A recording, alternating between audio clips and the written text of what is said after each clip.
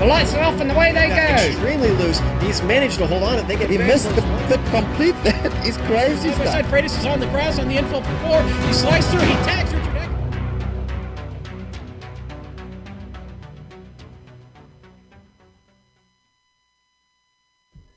Apex Online Racing's Formula Renault 2.0 Championship comes to the iconic Laguna Seca Raceway to make its Season 7 debut. A dozen races are on the calendar, but the first page to be turned is right here, right now, on the coast of Central California. And all the action from both the initial 40-minute feature and the 25-minute sprint that follows can be seen live as it happens here on the Global Sim Racing channel. From my home state of California, where the world wishes all the girls were from, welcome to and hello to GSRC's Countdown to Green. Back again for another campaign in our usual spot way up in the press box. To bring you our Word's Eye view is yours truly, Bill Suits On, along with Sean Crackers Ambrose. Once again, banished to the production van is our director, Amjad Yaman, and the cameras at his disposal have been located, aimed, zoomed, and focused by GSRC's camera guru, Dougie Beard. Now, the last time the AOR brought the Formula Renaults to Laguna Seca was way back in Season 4, in the time when Uni the Unit Slovasi and Jeroen the Earthquakel were fighting it out for the championship. Now, Sean, that was before you and I were teamed up together, as I had the Australian sage Richard Losper by my side, and we saw Gunnar Nienhuis take the feature win, and a driver I was just getting to know, Jean-Francois Godin, got the sprint victory. There were 6 incident cap DQs for that race, so Laguna Seca might be a tough place to start the season. Well, Soup, one thing everyone should know is don't go on the wine tasting tour the morning before a race, okay? That's probably not a good idea. I did not. I stayed here. So ready to go, though, located just a few miles off the coast of Central California near Monterey and the famous Pebble Beach course. In Spanish, Laguna Seca means dry lake. and a look at the surrounding landscape would support that translation. They built it in 1957, and from 83 to 2004, it was a regular stop on the kart Indy Series. The Indy Lights still come here, as does the WeatherTech Sports Car Series. And, in 1989, the track made a pitch to get Formula One, but Laguna Seca was thought to be too remote, too small for an F1 crowd, not for a Formula Renault 2.0. So today, this 3.6 kilometer circuit around with elevation changes equal to about an 18-story building. There are 11 turns that include the iconic corkscrew and, of course, the Andretti hairpin. But the best way to get an idea of what this place is really like is to jump on board the GSRC Formula Renault 2.0 and take a lap around Laguna Seca.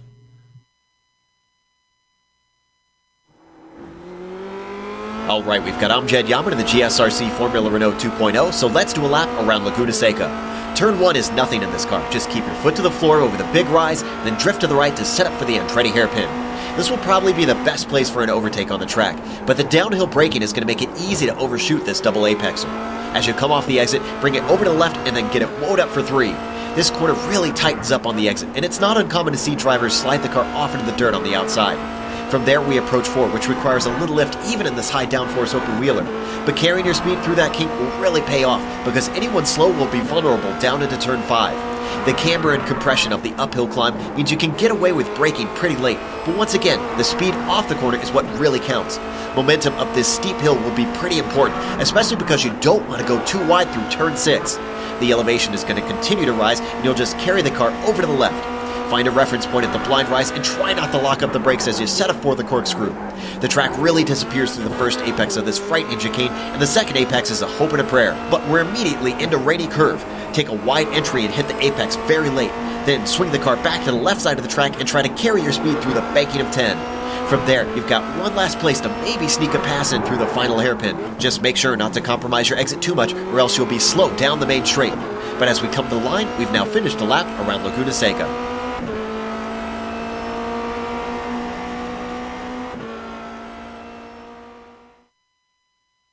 Amjad Yaman on the wheel, Joe Peak on the mic, taking us around Laguna Seca. This is the place in the Countdown to Green where we usually talk about the point standings, but the race calendar-wise, this is the first day of spring when every driver fancies a championship, and front runners, mid-packers, and back markers alike all are tied for the points lead. So instead of looking at where we stand, let's go ahead and review what happened last season. Now, Christian Koch was the champ, winning by 55 points over Mega Drive's Phil Reed. Reed was a champion 7 seasons ago in the final campaign for the Pro Mazda. For Koch, it was the second championship for him. The Vector SimSport driver had to watch Unis Lavasi, Jeroen Kwekel, and Christian Tkach all win crowns in seasons 3, 4, and 5 before the Austrian could reclaim the title. And on a personal note here, the GSRC fine jar has been emptied and ready for my financial contribution each time I blunder and call Vector SimSport Vortex SimSport. Not going to do that this season. I am on track. I got it down. And now, we must talk about he who should not be named, and of course the Voldemort of the AOR. I'm talking about Peter Don't Pay the Berryman. Now, so far, Berryman has not showed up today at Laguna Seca, and I think everybody is breathing a sigh of relief about that, because after an initial first event stumble, the Apex Racing UK driver, he got his footing and won 5 consecutive feature races to close out the season, not to mention earning the elusive double at COTA, winning both the feature and the sprint event. Let's talk about Jean-Francois Godin. He won the inaugural Formula Renault Championship, came home in 4th overall in the standings in Season 6 for Vector Evo Sonic. Red Devils Christian Tkach earned 5th. He can boast a sprint race win that he picked up at Road Atlanta. The best rookie of the season, well, until Berryman showed up, was Josh Thompson for Infinity SimSport. He tops the right side of the overlay graphic there in 6th. Vector SimSport's Michael Mittner was fast, but, he was never able to go ahead and cash in with a checkered flag. He finished a point ahead in eighth place, where unlike Mittner, Rene Osterkamp for SimRC posted a pair of victories, a sprint win in VIR, and an impressive feature win at Sonoma. Formula Mini's Christoph Holstein, best result was a third in the Season 6 debut at Bathurst. He came home in a ninth. And finally, Oscar Mangden, who withdrew from the final four races. Nevertheless, the Infinity Sim Sport star hung on to round out the overlay. Let's quickly take a look at the team championship, where it was all about Vector Sim Sports. The Austrian duo of Koch and Mittner were just too tough as they get the win.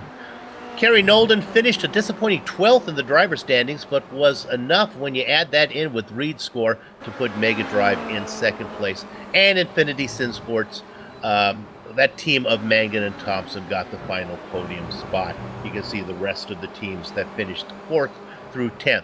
Now, there is a team championship again in Season 7, and with several new drivers and teams, GSRC will cover that team championship in more depth starting next round.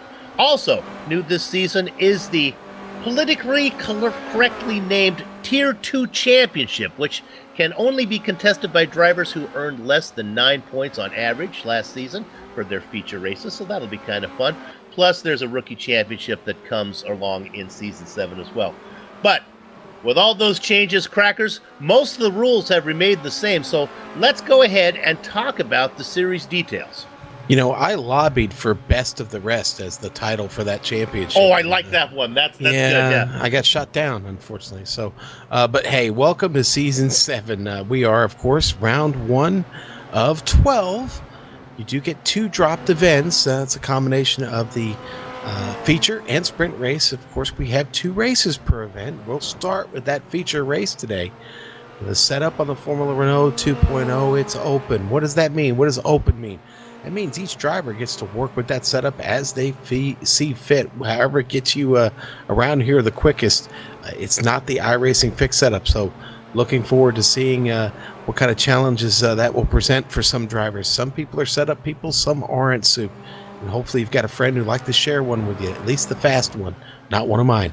Fast repairs. Now, generally, in the past, we've not gotten fast repairs in the races, but today, this week, I'm being told we are testing one fast repair in the sprint race.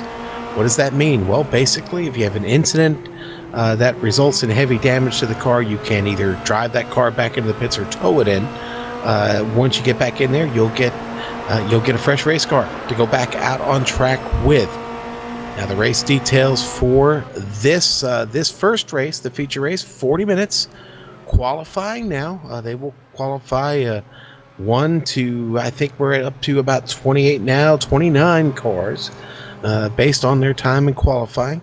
And as far as pit stops go, well, I think maybe somewhere at about the middle of the race, just past it, you'll see them take a pit stop. They don't have enough fuel to make the entire 40 minutes. Incident cap is 16 incidents will disqualify you from the event. I will tell you this, Laguna Seca, not as much runoff as you would like. You can pick up off-track incidents pretty easy, so you're going to have to be careful. And the points, now they do pay from 20th position up to 1st for this feature event, Soup. Okay, let's go ahead. Since pitting has always played such an integral part in winning a race here, let's talk a little bit about pit lane at Laguna Seca. How's it play out? Well, you know what? Getting into pit lane, not so bad, other than you have to make a hard left turn to get into the pit lane. It's a very long one, though, Soup. Very long pit lane. The trickiest part of pit lane is the exit and how it spills you back onto the track. I think every driver on the iRacing circuit and in the real world has maybe had a little trouble navigating that exit of pit lane. You have to go all the way down a safety road, down the hill, to the left, and you have to cut it hard to the left to keep that from hitting the pylons, and then you got to navigate your way back into traffic. It spills right out on the course, not very gradually. You come right out of the racing line there, so it will be tricky and something to watch throughout the race when they start making those pit stops. I think when you see multiple cars getting in together and getting out is when we may see trouble. Hopefully everybody does a decent job of navigating it today. Many a race has been lost by picking up just incidental contact with not maybe another car, but actually the curbing. How friendly are the curbs here? You know what, Soup, the curbs are really, they're not bad at all, okay? Now, you will see the red area in these curbs. Now, you get up on top of that, it certainly will upset the car and can be a problem. So you have to watch yourself there. What you're really going to need to watch is the high-speed turns, like the rainy curve. You get just maybe a little right, and you're in sand. And that's not a good thing because the car will fall off the shelf, as they say, out into the sand. And once you're out there, you're sliding around and possibly in one of those barriers. Won't be any fun. We're looking at the qualifying times right now, and look at that as we have a new name up on the top. Luis Felipe in there, sitting on the top of the head of Kerry Nolden. So we do have some new names that we'll talk about coming in. Let's go ahead, though, before we talk about that. What about drafting here, Sean? Is that a place you can hang on to the back of somebody? Yeah, Soup. Certainly the Ray Hall Straight, pretty good for that. The trip, boy, out of turn 11, up to the start-finish line, up that front straight, man. That's a nice long run up there. You'll see some playing around, a little bit of slipstreaming and drafting going on there also. And one of the things that is new, and this is thanks to the new build on iRacing, one of the issues that's always been with the standing starts in these Formula Renaults has been cold tires, but they got tire warmers, so that's good. How's the weather in general today, Sean?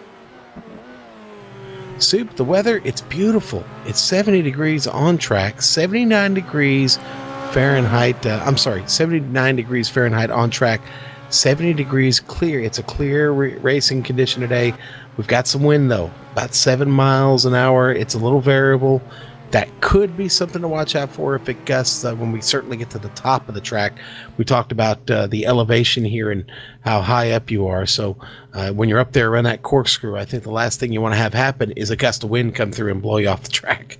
Nice weather. That'll allow all those attractive two-dimensional female fans to take off their jackets and look really nice here for not only something to watch on track, but also next to you in the stands as well. Let's go ahead and run through the grid as the newcomer, the rookie, Luis Felipe on the front row inside of Kerry Nolden. Okay, Christoph Holstein and Ty McLeod on row 2. Row 3, Adam Tierney and Jeroen de Quartel. Okay, and then Manuel Hoyer and Jean-Francois Godin on row 4. Row 5 is going to be Phil Reed and Tim Bertie. There's another newcomer. Harrison Finch, Stephen Larkamp, they're on row 6. In the Bakers of the spot is Christian Tkach and Evan Roland Thunder Imre out there in 14th. Row 8, Lawrence Sudden Strike to Reich and Eunice Vastamaki. Little Bird, Sarah Dove in 17th inside of Lee Robinson. Knut Martinson and Daniel Morris, row 10, Soup. Hidden Blackjack is Hugo Quintet, and then Miguel Antolin out there in the double duck spot. Row 12, Dylan Shepard, Scott Newton. Casper Thon from, we believe he is from Norway. Is that what we decided on that? Or Sweden? I don't remember. In 25th position, and Alexander Baldo in 26th. All right, I'll take the last 3. It's going to be Alexis Merloso from France, and Silvio Hurt will start 28th. Daniel Barrero, 29th. And here we go, Soup. Gather up the chickens, take cover behind the cows. The horses are out of the barn and leading them the stampede down into the first corner as we get season 7 underway. It is Luis Felipe down there working the... Let's go ahead, Sean. No, just 3 wide in the entry hairpin here. Guys, really getting shuffling around back here, Soup. Nolden in second. It is Ty McLeod in a battle with Holstein. They settle into 3rd and 4th positions. Right behind him, Adam Tierney and De Quartel in 6th. Yeah, Lee Robinson was under attack here by Hugo Quignat. And now Quignat gets spun. Oh, no. Catches contact there with, what's that? That was with Dylan Shepard. We'll keep going. Yeah, peeking in there in the yellow car. And, former champion Tkach is off as well as he gets a little bit of a punt from Vastamaki. Really not Vastamaki's fault. Tkach got into the back of Finch, and he had to check up. and Vastamaki got it into him. We'll come back and we will cover all this lap 1 incidents here. Oh, more problems going on this time. It is the car of Miguel. No, it's Lee Robinson had a little bit of an off. He's back out there. Jeez, craziness will ensue on the opening lap. Getting lap 1 in now. Well, a lot of new names, a lot of guys trying to just get the feel of it here. Sometimes that's the nature of the beast when you have a lot of first-time drivers and the series opens up at a tough track like Laguna Seca. All this going on behind Luis Felipe, who is running away with it right now. He's got almost a 2-second lead over Kerry Nolden. Looking at Felipe right there. Welcome to the series as he's going to come across and lead lap number 1. In fact, he's already got that lap under his belt. Working lap number 2 right now. Man, what a crazy start. I think we've got some replays coming here in a moment. We'll let everybody settle in and we'll look at a couple of those from that opening lap suit. But a lot of battling going on here early.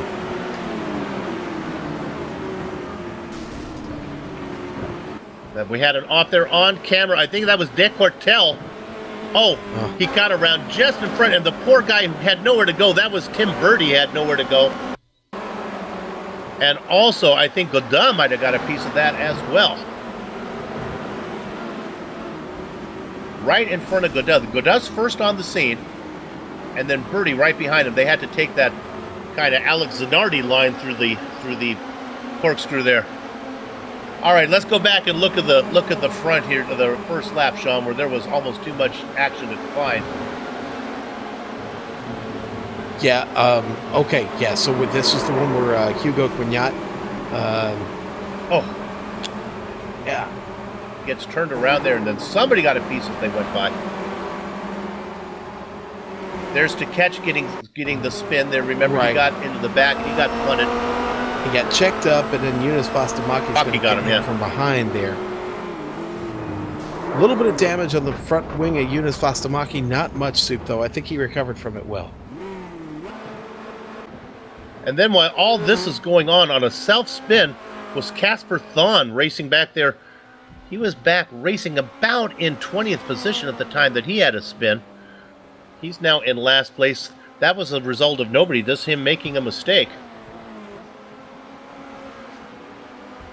So attrition really busy right now as we get back to the action, looking at this battle for P7. This is out in front now. Whoa, weaving back and forth. That is Phil Reed. Ducking on the inside is newcomer Harrison Finch. Finch in that AOR car, the blue and yellow machine. Now looking right behind him, this is Tim Birdie back there in 9th spot, trying to gain in a great 3-car battle up front. Birdie dives it in deep on the outside. Can he make it stick? I don't think so, but what a daring move by the newcomer. Woo!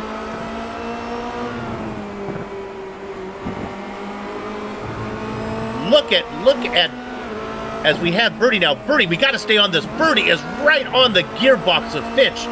2 newcomers to the season going right at it as they battle for 8th position. Enjoying the watch there is Stephen Larkham back there in 10th position.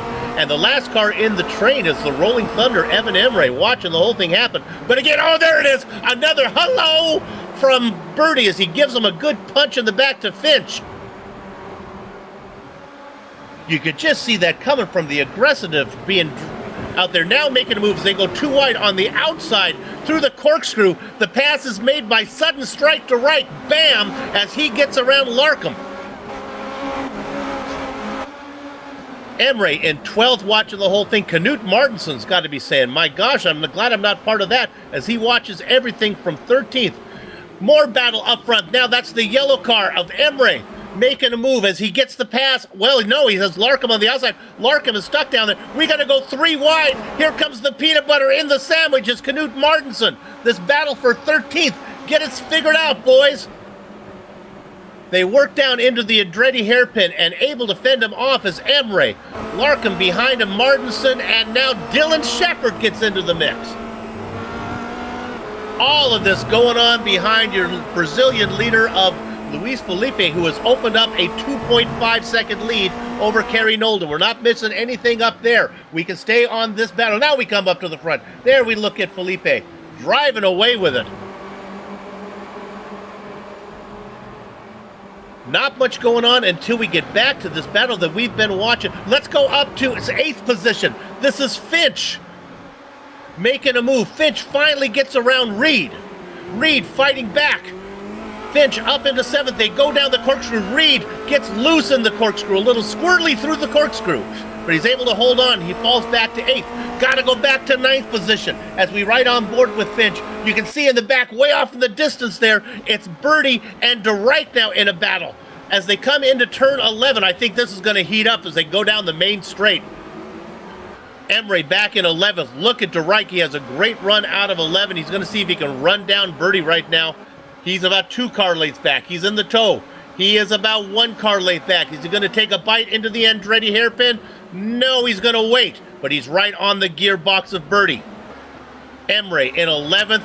Larkham in 10th. Let's go back to 13th position. This is Shepard on the outside. On the inside is Martinson. Shepard tries to make it work as they go through 3. A great pass from Dillon. All the action going on behind the leaders right now from about 10th through 14th, 8th through 14th.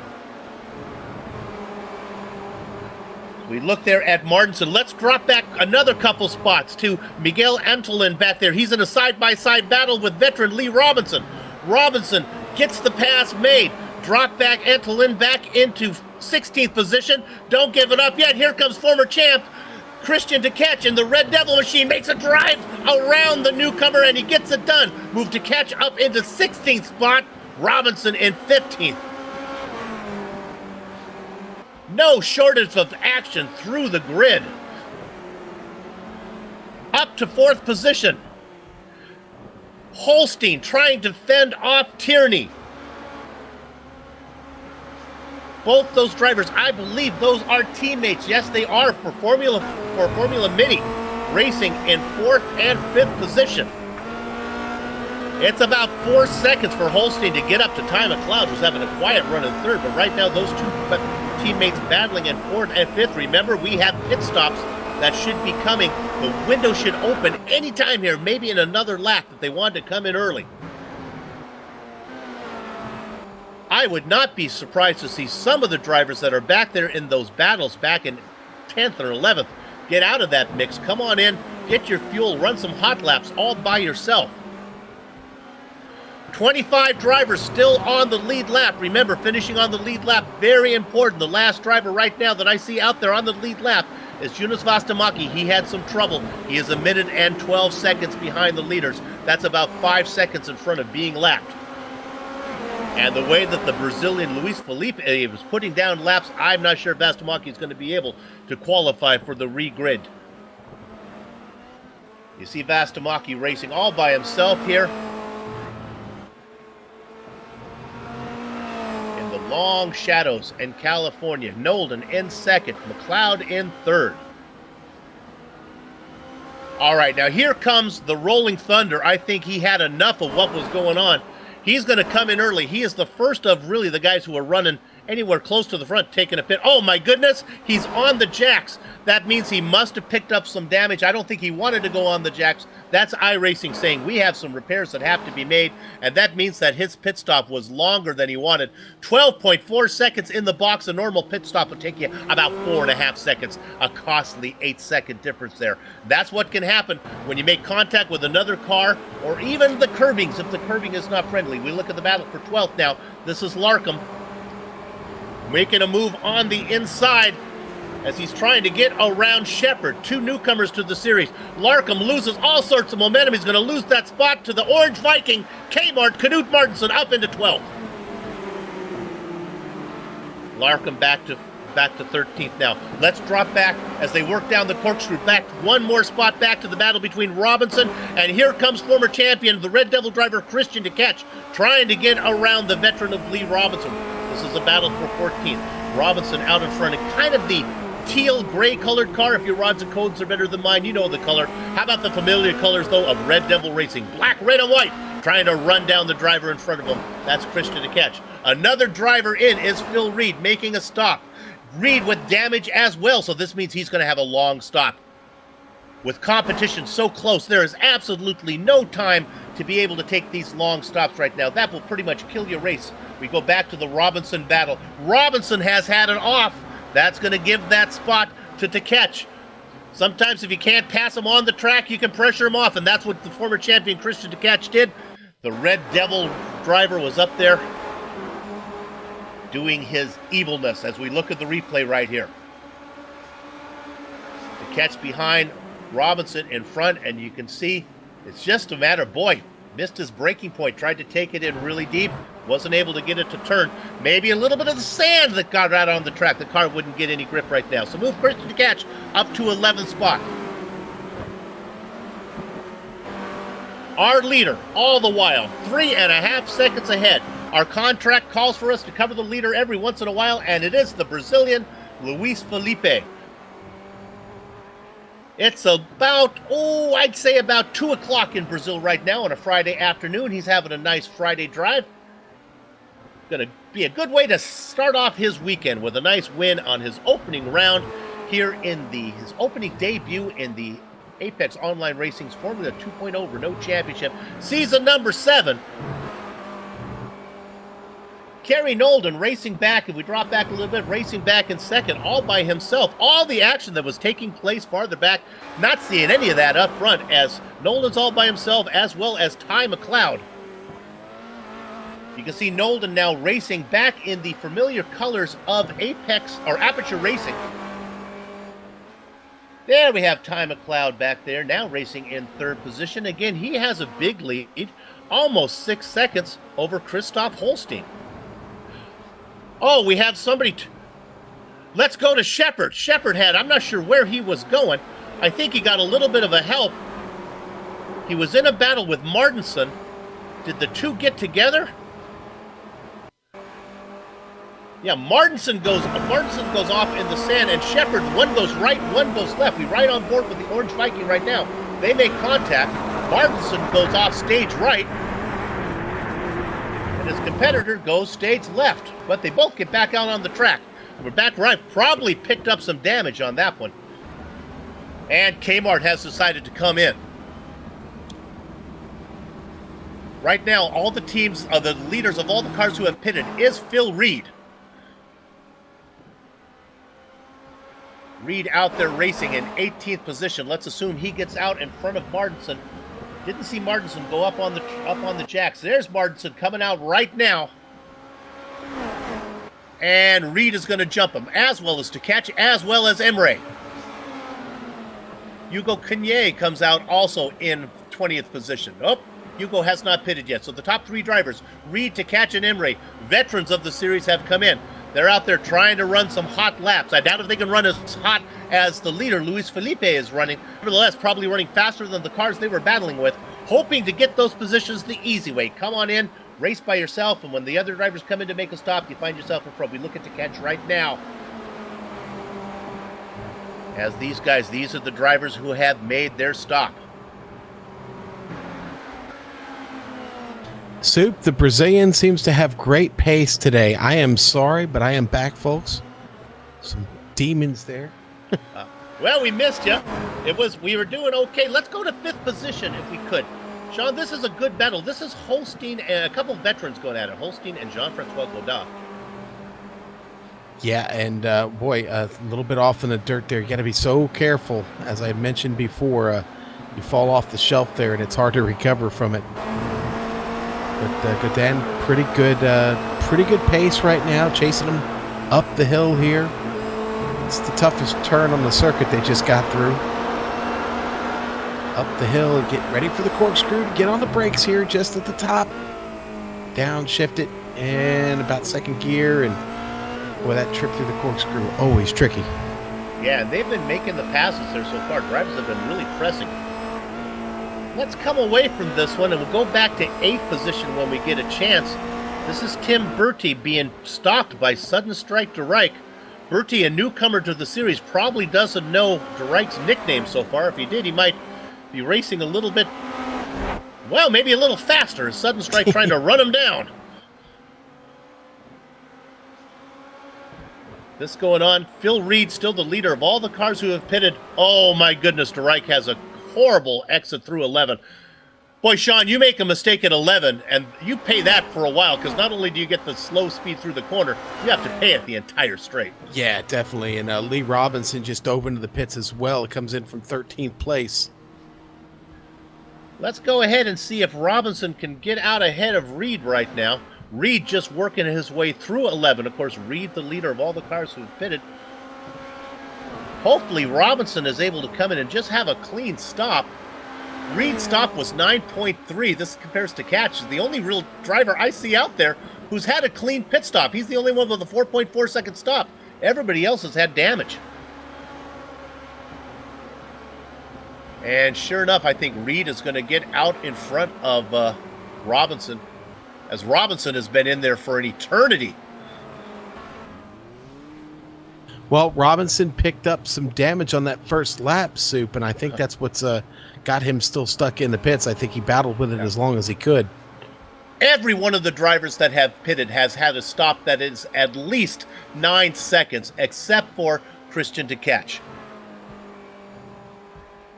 Why do they take damage? Why do they take the repairs? Well, iRacing doesn't give you the option. They're not going to let you race out there with a dangerous race car. They are going to fix it, and you just have to wait. That's one of the reasons you got to keep your car clean. Phil Reed and Christian to Catch having a good battle here. Evan Imre now coming into the mix.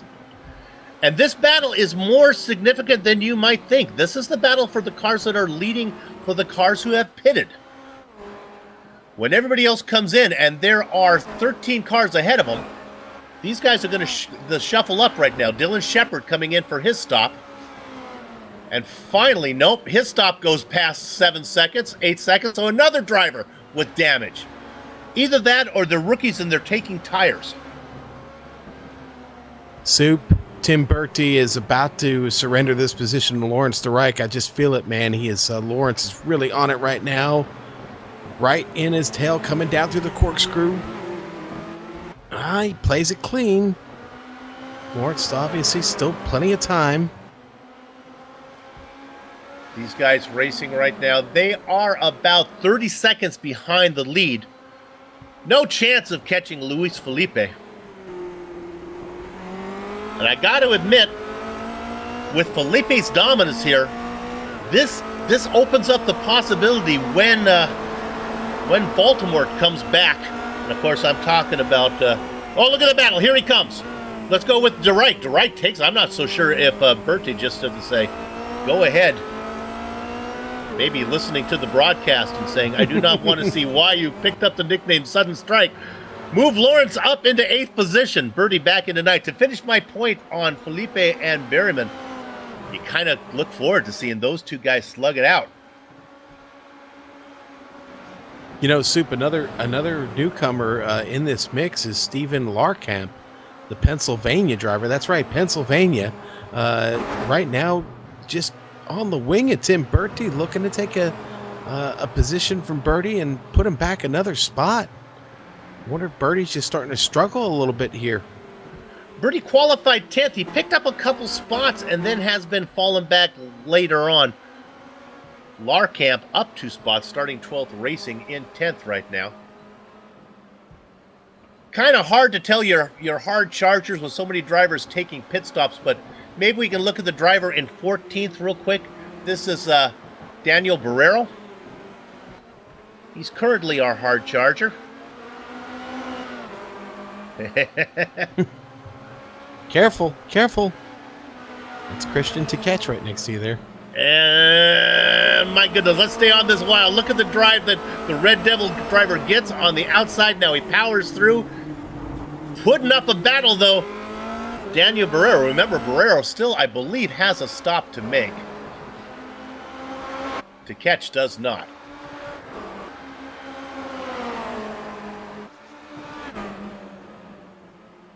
Oh my, here he comes. Let's stay on this battle as it's not going away. And now he's got to worry about, this is the Rolling Thunder coming behind him, Evan Emery.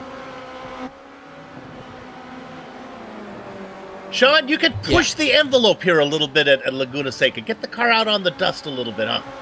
Yeah, well, a little bit, but not too much. I mean, there's a lot of dust flying around. You watch when we go on board with somebody, you'll see all the dust and the debris kicking up.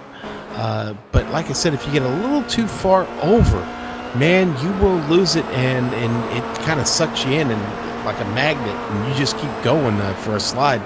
And we have not talked about turn 6, but for me, that is the most challenging corner on the track. It's the one that runs up to the corkscrew. Boy, if you get that wrong, you can crash in a number of fashions. Yeah, it's my least favorite turn on this circuit. You can take it at fairly high speed, but you got to be really careful. You got to manage it well. Battle for 9th place going on here. Bertie and Lark. Now, Bertie got this spot back. Larkham, though, not giving up the ghost. They work their way down. Let's stay on this a little bit, and we'll talk about corner 6. They're going down into 5. This one is not quite so tricky. It's a fast corner, but it's pretty straightforward. Now, this is where it gets tricky. It's almost, I guess, it's almost full throttle here. Maybe probably a little bit of a lift, but boy, you got to get it perfect. And if you drift wide, anything can happen. Then up the hill to set up the corkscrew. Let's see if Larkham forces the issue through that technical section. Nope. Ty McLeod just up in front of them. Soup is in the pits. Racing all by himself in 3rd, and for some reason, he's up on the jacks. I'm sorry, that's Tierney was racing. I got McLeod confused. But another driver who has to take a long stop. Now, is he going to file out, though? Does he file out his stop? McLeod was 10 seconds. As he comes out right now, he comes out behind, oh my goodness, he's going to come out, well, in 6th. He comes out ahead of Decortel, who's in the pits right now, and Reed. So there's our new leader, is Ty McLeod of the cars who've made their stops, even with that almost 11-second stop. Yeah, definitely a long one there for him. Going to certainly cost him, but man, the way Luis Felipe is kind of checked out on everybody, I don't care how quick your pit stop is, you're not going to make enough time up there to make a difference. Felipe just seems to be strong here today. Action here, though. Christoph Holstein getting by. Silvio Hurt picking that up in turn 11. So just to update you, Reed and DeCatch are battling now 2nd and 3rd for the cars who have pitted as we look there at Holstein. Boy, Evan Emre just had big trouble there, Soup, just a moment ago. Oh, my, yeah, it was right in front of, you want a good look at it, maybe Daniel Barrero will give you a good spot. Let's look at, I think this was a self-spin. I don't think Barrero got into it. Oh, it was. Yeah, no, it was exactly what I talked about before. You get a little too far over the curb into that dirt. You're going to see here on board with Barrero, you'll look up and see what happens to Emre. He's just going to get all the way over the curb into that dirt, and there he goes. Into that throttle a little bit too much. It takes no effort to bring that car around, and boy, he really struggled getting back on track, and he slides again. Oh no, I go back live to Emre, and he's off the track again and out of the car. Oh, that's just that's salt in the wound, making a bad incident worse. He was having a nice run too. Really was. That's a tough break. Well, his parents nicknamed him Really Tough, so he can handle any tough break that comes his way. That's what the RT stands for. There you go. We have some cars now being lapped, although they have made their stops. 13 cars on the lead lap right now, but that'll change a little bit as the rest of the field comes in and makes stops. One of them being our leader. Now, Miguel Antolin just came back on track in 16th spot. His teammate, Dylan Shepard, right behind him. He came back on track right in front of him. And Soup, I'm making a bold assumption there that they're teammates, but they are driving the same cars. So, yep, there we go. Positive sim racing. Okay. Thank you to the director for straightening me out on that. And we're learning the new teams along with you here. This is our first race. with 11 more to go. And once we get more familiar with the new teams and the new drivers that are racing for them, we'll cover that team championship more in depth. You know who's just up in front of them is Jean-Francois Gaudin, and he is really starting to put the pressure on Christoph Holstein, starting to close that gap down just a bit, at under a half a second now. Turn 11, and he closes right up on him here. Let's see if maybe there's enough toe to get him up the hill. That doesn't look like much. Jean-Francois doesn't quite reel him in, but he's going to break a little deeper, and it brings him right up on the wing. Here to the Andretti hairpin. As we ride on board with Goodell right now. Now, not to be confused with Little Bird Sarah Dove, Harrison Finch has made his pit stop. He is in and out, and he is in 6th position, and now is the leader of all the cars who have made a stop. The Finch, a very popular bird here on Long Island. Soup. Both native, both in the wild and fun to have in little cages as well, if you're into that. So Finch in 6th position. Soup, Ty McLeod doing really good with his opportunity. I know we talked about him before off that pit stop. Sitting here solidly in 7th place. And honestly, Harrison Finch not that far up the road from him. It's just a little over 3 seconds, and Ty seems to really have the wheels right now. He's a full second faster, pretty much on average. Go down in the pits. All right, now he was racing up in 5th position. Let's go ahead and we'll see if we can bring him in. Finch is going to jump him easily as he's going by right now. And by the way, and Godin is up on the jack. I wonder if something's going on that we don't know about. I would think there would be if I hadn't seen a 4.4 second pit stop from Christian to catch. I look at every one of these timing and scorings. They're all in the 9 and 10 second stop range. I wonder if they've decided that maybe tires is the way to go. This has never been the case in this series before. It's always just been come in.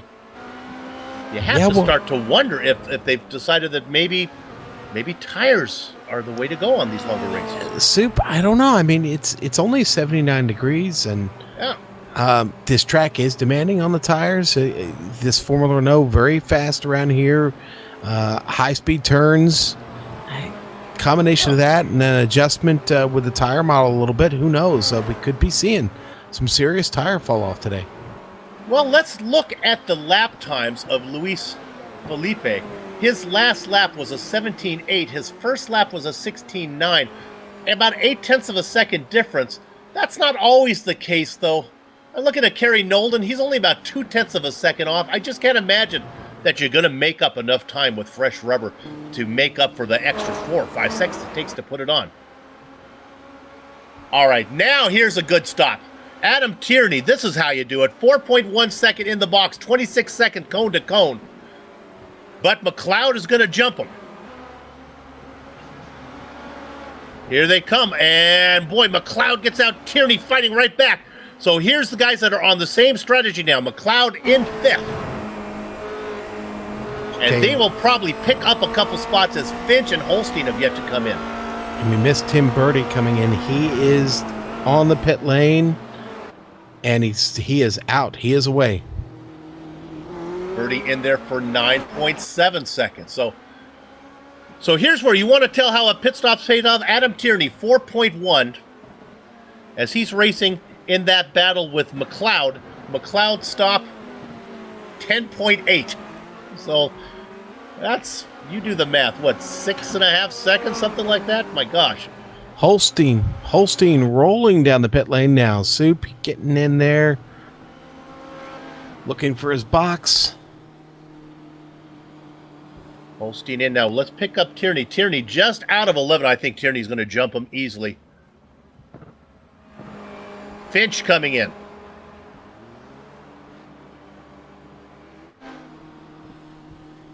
Yeah, that slots Tierney up to 4, chasing Ty McLeod. Finch missed his stall and goes up on the jacks. Godin is Godin is looking to pass him by. Man, Finch is having a really good run there. That's not going to help his effort. Nope. Our leader, Luis Felipe, still staying out, as is Kerry Nolden. Now Felipe comes in, as does Kerry Nolden. Finally, they're coming in. Now, here you go, Sean. They're close enough where this could be the difference here if Felipe makes a mistake and takes tires. Let's stay on the leader. The car stays flat. Let's see. Oh, it goes up. Kerry Nolden comes in, stays flat. It does not go up, but nevertheless, Felipe is pulling out, but Nolden's going to pick up a ton of time. Even with the jacks, Felipe's stop was 6.8 seconds. Nolden's 4.2. Yeah, I was following McLeod and Tierney there, and McLeod makes a big mistake in the corkscrew, gives up that position to Adam Tierney. Tierney still 12 seconds behind Kerry Nolden after that pit stop. We've got the replay here. Up the hill to the corkscrew. See Ty McLeod going to lock him up here.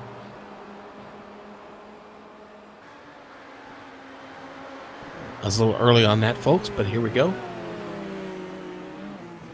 Through the corkscrew. Uh-oh. Yeah. Almost gets her all the way off, but takes it back in. Only has to let Tierney get by. McLeod still hanging on to that fourth spot. Holstein about another 3 seconds back. Okay, maybe we can go ahead and look at the driver racing currently in 12th position, Tim Bertie. Now, everybody has made their stops. Why are we looking at Tim? Well, he's the last car on the lead lap. No, let me correct myself. It looks like Knut Martinson, actually. So let's go back to 13th position. Knut Martinson racing in 13th, the last car on the lead lap. His timing and scoring is just catching up. Sean, he is a minute and 19, well, let's get an actual time on this one. I think our timing and scoring a little slow to update as the stops are made. Knut about 48 seconds back, I guess, as he tries to stay on the lead lap. Just heard some contact as well, but I guess everybody is okay. Yeah, I don't think it was contact. I think that was a motor blowing up on the pit lane, Soup. Yeah, I saw the smoke down there. I think that's where that came from. And I'm watching Lawrence DeReich right now, trying to get a run here at Harris and Finch. Finch still pretty good laps on Lawrence. Struggled on that last lap just a bit. Not the last lap, but the lap before that. He's back on it, but I mean the time to Finch was almost identical there that time around. Larkamp still very much in the picture. Okay, if the drivers will cooperate, how about we do a run-through of the cars on the lead lap? We'll take them two at a time. I'll start with the top two. Our Brazilian driver, Luis Felipe, out in front by 4.8 seconds over former champion Kerry Nolden, racing in second. Sean? All right, and then we've got Adam Tierney riding in third right now. Had just gotten that spot here a moment ago.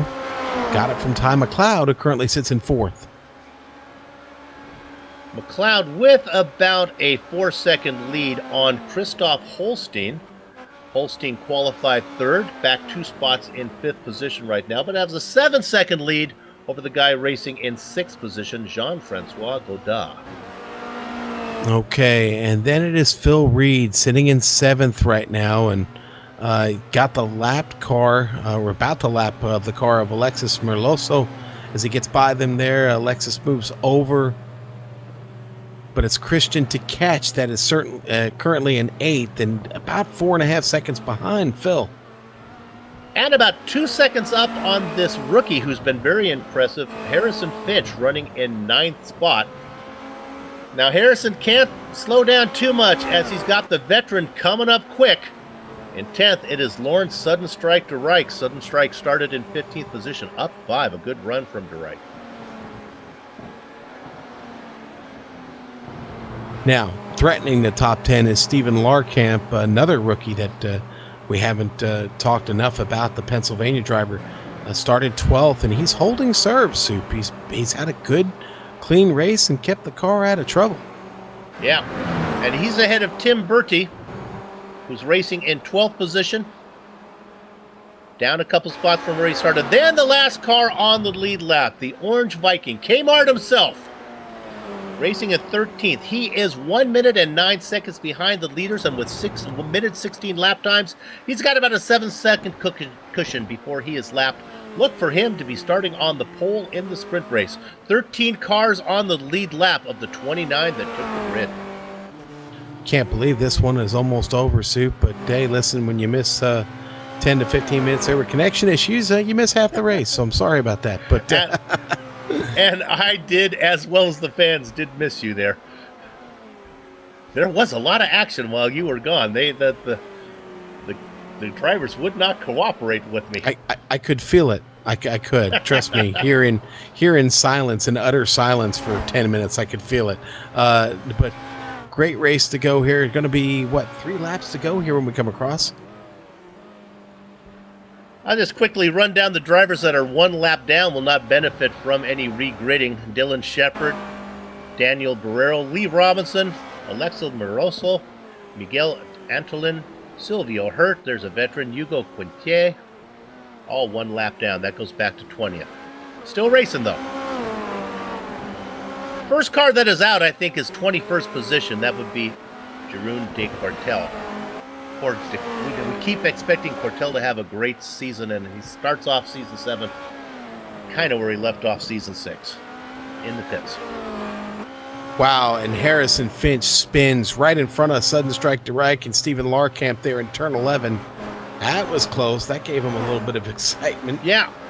He was really closing in on the lap car. I think he was worried about punting Alexis Marioso here as he comes in. Watch this. Yeah, here's the Maybe replay. Marioso was really slow. I think this closing speed surprised him, Sean.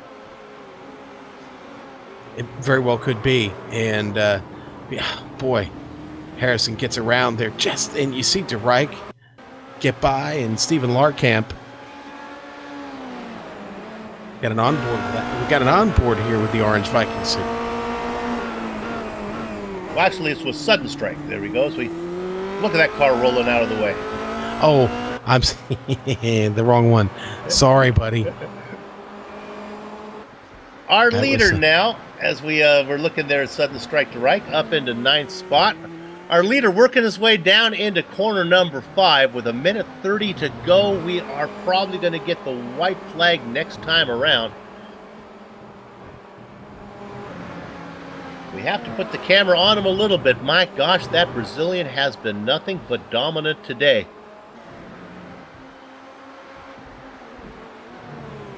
Kerry Nolden's going to be happy in second. But if you're a Kerry Nolden fan, don't worry, because there's a lot to be learned in this series, and you just can't come in here and put yourself in a regrid. I'm talking about Luis Felipe. That's a total different animal to try to negotiate your way from 13th position behind the pole sitter. The white comes out. And my mom and dad taught me not to stereotype, so I won't do it. But I will just simply say that my familiarity with Brazilians on iRacing is they are not always the most patient of drivers. So we'll see what Luis Felipe can do here, as he has only 25 minutes. As we look at this battle for P3, this is Tierney and McLeod. Yeah, I don't think McLeod's given up yet. Oh my, look at this. A chance for a podium here. McLeod trying to make up those 6 seconds difference in pit stop times. Their qualifying pace was very close together, but right now race pace seems to be in favor of the man who is stalking Kai McLeod back there, stalking Adam Tierney. All this going on as our leader has worked his way through the Renault curve, going down through 10. We'll cover this as he only has to negotiate 11, then he'll have nothing but a straight drive to the checkered flag. Welcome to the Apex Online Racing's Formula Renault 2.0 Championship Season 11. Round number 1 in the feature race goes to the Brazilian Luis Felipe. Nolden gets second. Let's look at Tierney and McLeod. Here they come. They're heading into 11. Tierney out in front. He's going to need a good drive off here. The start-finish line is pretty quick. It's going to be a tall order for McLeod to get there. I don't think it's going to happen. Let's give the final podium spot to Adam Tierney. Ty McLeod is going to have to settle for fourth. Phil Reed into catch in a battle in the corkscrew. Phil Reed gets ahead, just ahead of Takachi. He takes that spot from him. That's a battle that those guys have been going on all race long. Reed is going to get that spot. Remember, Reed had the horrible pit stop time of 9.7 compared to Takechi, who had the fast one. It looks like Reed's going to come across. I'm going to chart him in 7th position. Let's get the official starting order as he comes across. Yes, it looks like 7th for Reed, 8th for Takechi. How about we go back to Larkham? This is close. Birdie gets by Harrison French right there at 11, pulls a move on the outside. Wow, what a move by Birdie there in 11. That was bold. We'll get the replay. This is the one I thought was going to be close. Yeah, watch this. He just takes him there, and he just breaks deep and goes right around the outside, around the outside. As if he was standing still, you almost wonder if maybe Fitch might have been short on fuel. Maybe it sputtered a little bit there. Oh, had a mistake prior to that, and that's what cost him the position. And then finally, Knut Martinsen brings it home in 13th position. Now, there's all the drivers on the lead lap, but of course there's more. And then the best part of any doubleheader event is the break between the races. It's the perfect blend of the post-race high and the pre-race jitters. At this point, GSRC is going to step away just for a moment, but will return during the break between the feature and sprint races to run down the entire finishing order of the feature race and then talk to a few of the drivers. Stay tuned.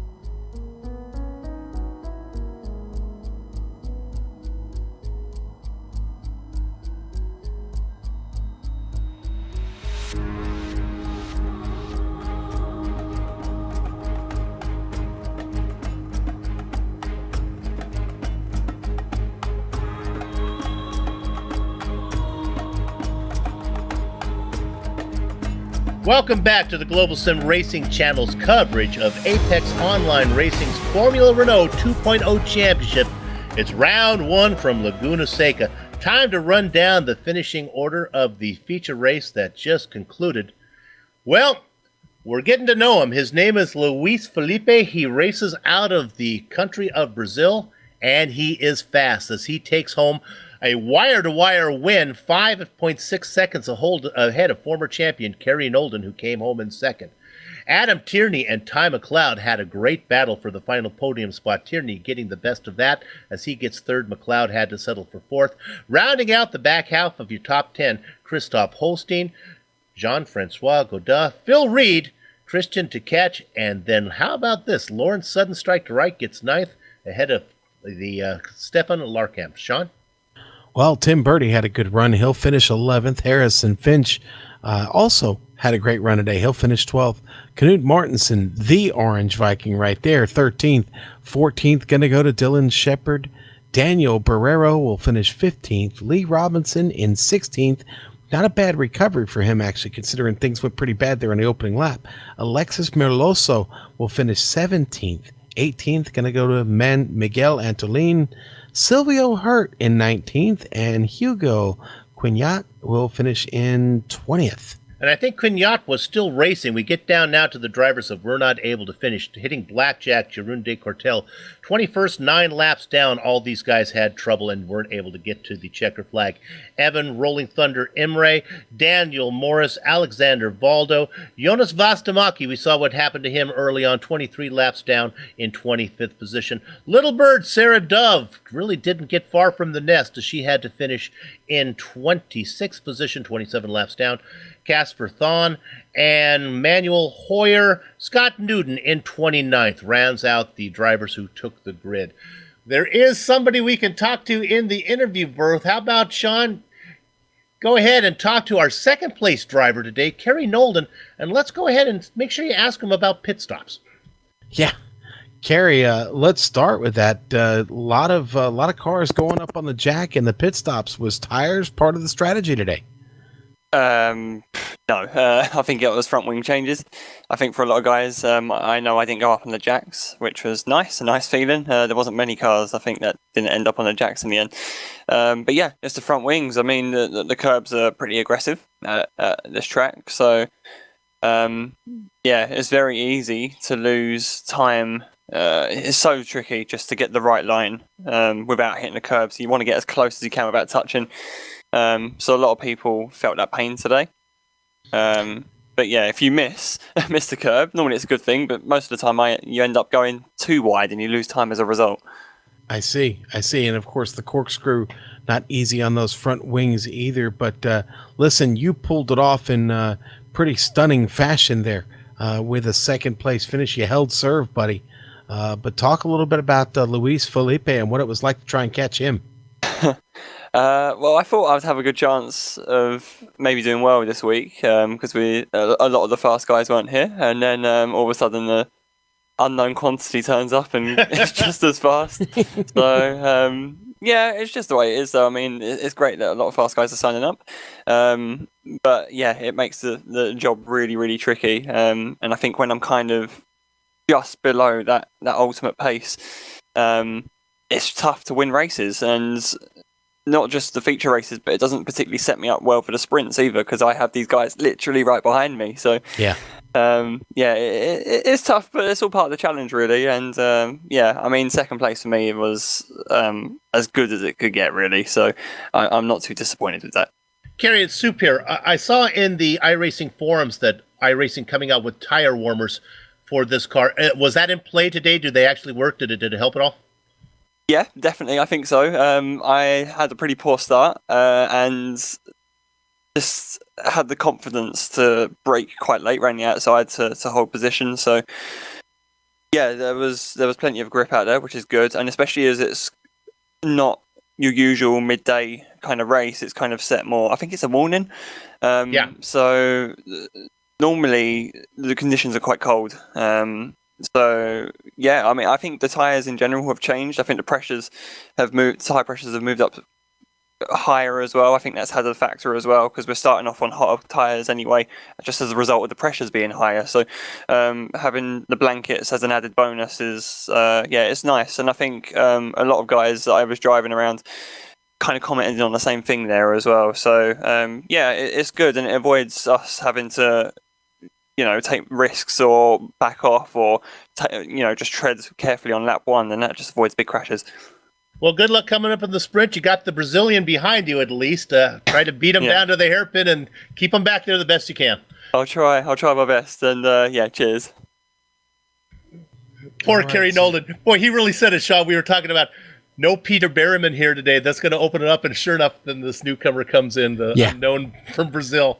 Luis Felipe shows up, and it's like, oh, okay, well, thanks. Do we have time to talk to Vastamaki real quick? Let's go ahead and bring him in. We'll talk to one of this. Always fun to talk to Jonas Vastamaki here. Not a great first round from him, as he's only able to put in a couple laps, finish 23 laps down. Jonas, better luck coming up, I guess.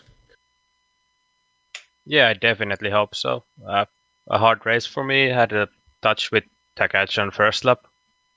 When there was check up on the kink, and he had a wobble on the exit, so I had nowhere to go. Had a lot of front wing damage, so I tried to just hang it out to get to the earliest possible pit stop to get good starting position for the reverse grid, but then got taken out by Lee Robinson when he went wide on turn 5 and swiped me off. So really not the way to start the season. Yeah, we saw the first incident, and both Sean and I thought it was that there was a checkup in front of you, and you just couldn't get off of Christian in time. Yeah, there was a checkup, and we both noticed it early enough, and it was going fine. But then when he was reapplying the throttle, he had a little bit of wheel spin. The rear end kicked a bit loose, and then I just plowed into him because I couldn't brake at that point since I was at the sharpest point of the kink, so I had nowhere to go. Okay, you're going to be starting at 25th. The points pay down to 16th. Can you get to a point-paying position before this is done? Unless there's something major, I don't think so. The level of driving is super high this season, and overtaking here is really tough, so it might need a big one, which obviously I don't hope so. Right. We'll have to see. All right. Well, good luck to you, and we'll keep an eye on you and the sprint race coming up. Thanks. All right. Vastamaki. We'll keep an eye on him. All right, we're going to take a short break. We'll be back to cover these 25-minute sprint race that is just around the corner. Don't go far.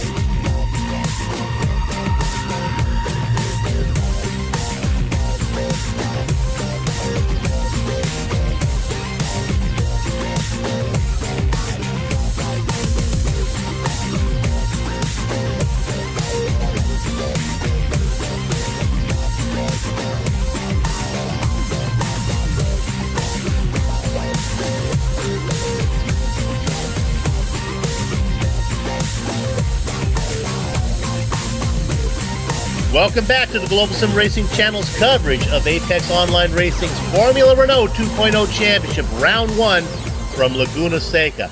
The feature race is in the books, and now it's time for the second part of the doubleheader, the always exciting sprint race. Sean, tell us what's in store. 25 minutes, Soup. That's what's in store. Now we are inverting the lead lap cars from the feature, so our winner will be back there in the mix, as they say. And boy, it's going to be tough for them to get back to the field today. Pit stops, well, there won't be any unless you need one for damage. And today, as we're testing this out for the first time here in the AOR, you'll get one fast repair. Good luck with that. Incident cap, well, it's down just a bit from the feature. Only 12 incidents here. We didn't see anybody DQ, not as much of a factor as I anticipated it might be. The points being paid here only pay to 16th place up to first, and it's about 2/3 the value of the regular championship points they get from the feature. Okay, now page 17 of the GSRC Commentator's Handbook says to always drink the Kool-Aid and buy into whatever rules that the series have put out there. So I will actually say I am going to keep an open mind to this fast repair that they are implementing here. I personally am a little worried without the threat of your race ending, that maybe it'll encourage the drivers to be a little more aggressive early on, knowing that they can come back and finish the race. We certainly don't want more aggression on the first lap. Is something we certainly don't need, but we'll see how it plays out. It does allow the opportunity, Sean, for them to come back and, keep finishing out the field, race for positions if they have early trouble. Yeah, well, I mean, there are points at stake, Soup, and right. Certainly other guys are going to have trouble, and it is only one fast repair, so if somebody has trouble, it's already had a repair, and they can't finish this race, it might stand for you to pick up another spot. So I understand where they're going with it. It's a test. It's a test. Everybody will probably get a chance to vote on it, or maybe not. Maybe it'll come down from the top. Might be executive decision on this one, yeah. Honestly, I have less problems with fast repairs when they're in a no yellow flag race. As a commentator, the fast repairs when we do an oval event and a driver crashes out and then yellow flags and he ends up and there he is back in front again, and then you have drivers crashing out and you don't know if they are out of fast repairs or what that really means. It kind of sucks the drama out of it. In this case, I think we're going to be okay, and certainly we like to see all those guys have fun, and they're racing just for fun. There's not money on the line here, so it's Friday night. You've invested that time. You've studied, you've practiced, you want to have a little bit of reward for all the time that you put in. Our winner, now Sean, only 13 cars on the lead lap, so 13th position for a AOR event, a sprint race, 13 cars inverted. That's not very large from what we're used to, so we might see a double. Well, it's certainly possible, and boy, wasn't he fast, Luis Felipe. So, very possible. But boy, this track very tricky, and he's got fast, competitive drivers in front of him, so they're not going to make it easy on him. He's going to have to work to get that spot for sure. You heard Yunus Vostamaki talk about it when I said, "You're in 25th. Can you get to the 16th point?" He goes, "I don't think so. The competition is really tough."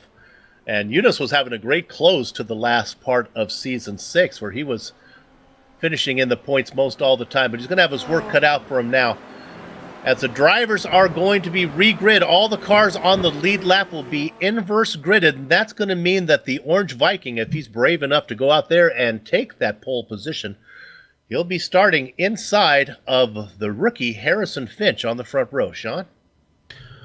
Okay, and then it's going to be Tim Bertie and Stephen Larkamp on row 2. Good run from Sudden Strike, as Lawrence is going to be in the 5th position inside of Christian Tkach. All right, Phil Reed, Jean-Francois Godin will be there in 8th. 5th row, Christoph Holstein and Ty McLeod. Row 6th, Adam Tierney, Kerry Nolden. Luis Felipe, there he is, Luis Felipe in 13th. And then the last cars that don't get regridded, Dylan Shepard. Lee Robinson, Alexis Merloso will start 15th and 16th. Miguel Antolin and Silvio Hurd after them. Hugo Quinat will start 19th and Jeroen de Cortel 20th. In the blackjack position is the Rolling Thunder, Evan Imre and Daniel Morris. Alexander Waldo, Yunus Vostamaki 23rd and 24th. Little Bird, Sarah Dove, Castor Thon, Manuel Hoyer, and Scott Newton. If Scott actually takes the field. Gather up the chickens, take cover behind the cows, the horses are out of the barn, and it is the Orange Viking, Kmart himself, leading the stampede down into the Andretti hairpin. Tim Birdie slots into second position. Man, 3 wide there again through the hairpin. Come on, guys, easy. What have we learned? Nothing. Okay, Giroud de Quartel at the back of the pack, off track, in the hairpin, on the exit. Got caught up with several cars. Scott Newton and Alexander Waldo get away free. I'm looking back for our featured race winner. I'm not seeing him. Sean, can you find him? Oh, he's up. Oh, boy, no, I couldn't find him because he's all the way up to 10th position. As he's got around Godin, of course, I'm talking about Luis Felipe now in 10th, riding behind McLeod. So far, though, very, very clean, pretty much, as they work their way down the corkscrew for the first time. A great battle for 4th position. This is Finch, actually in 3rd. Finch, oh my gosh, as he is really, really close to Phil Reed. Reed's going to get the best of that one. And Supina had trouble again on the opening lap. Poor Lee Robinson spins coming up the hill to the corkscrew. Has to let everybody get by. Falls all the way to the back of the pack. Up front, Bertie has made the pass on Martinson. That happened somewhere while I was watching farther back, so move Bertie up into the lead. Martinson drops down into second. I think it might have happened actually going into the Andretti here.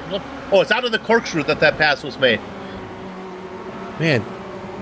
Yeah, if we can get the replay on that one. It was right in the corkscrew, I believe. Bertie made the pass for the lead. We always like to catch it when there's a significant pass. You're looking at Martinson there. Bertie comes in and makes this move. Oh, I thought it was out of the corkscrew. Maybe it was down. Maybe it was turn 11. We had big trouble in the Andretti hairpin as well, Soup. We'll have to go back to that. It was right before turn 11. There's the pass. Yeah. Okay, what do you got, Sean? Daniel Morris makes contact with Alexis Merloso, and man, it was a mess. Merloso's car goes into a spin, and then he gets collected by... who was that? Sarah Dove. Oh, man. Silvio Hurd involved in it. Scott Newton got a little piece of it. Yeah, it's an octopus putting on his socks here. Things going everywhere. We're going to look at Dove. We'll go on board with her. Yeah, Merloso comes right across the track in front of Dove. You're going to see this here on screen. Dove with nowhere to go, just plows right into him. Ouch. Yeah. Meanwhile, live right now, Phil Reed makes a pass on... Oh, this is good. A pass on Knut Martinson. A little dipsy-do, a little hokey-doke there as Martinson got the pass back. Now we're looking at Finch in 13th position. Oh, he just lost Finch. This spun the car. And cars trying to scramble by him. Hugo just got by, and now it's Finch. Oh, all the way back out in the sand again as Evan Imre was trying to get through, and Yunus Fastamaki. Let's go to 5th position if we can. This is De Rijk, just got overtook by Luis Felipe. So the leader the winner of the feature race now has moved up to 5th. He's got Holstein next, Reed, Martinson, and then Birdie is out front. To catch now, to catch is on the back of De Rijk. This is a battle for 6th position. I'm looking to see if I can find Kerry Nolden. Nolden not able to make any ground up.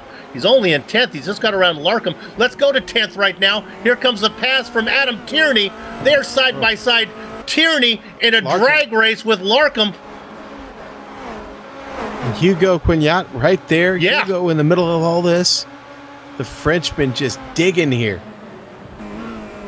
Diving it down in there really deep was Tierney. He's going to be able to secure 11th position. Action everywhere. Just ahead of these guys. I hate to jump you around as we ride on board with the French driver. In 6th position, it's De Rijk trying to hold off to catch.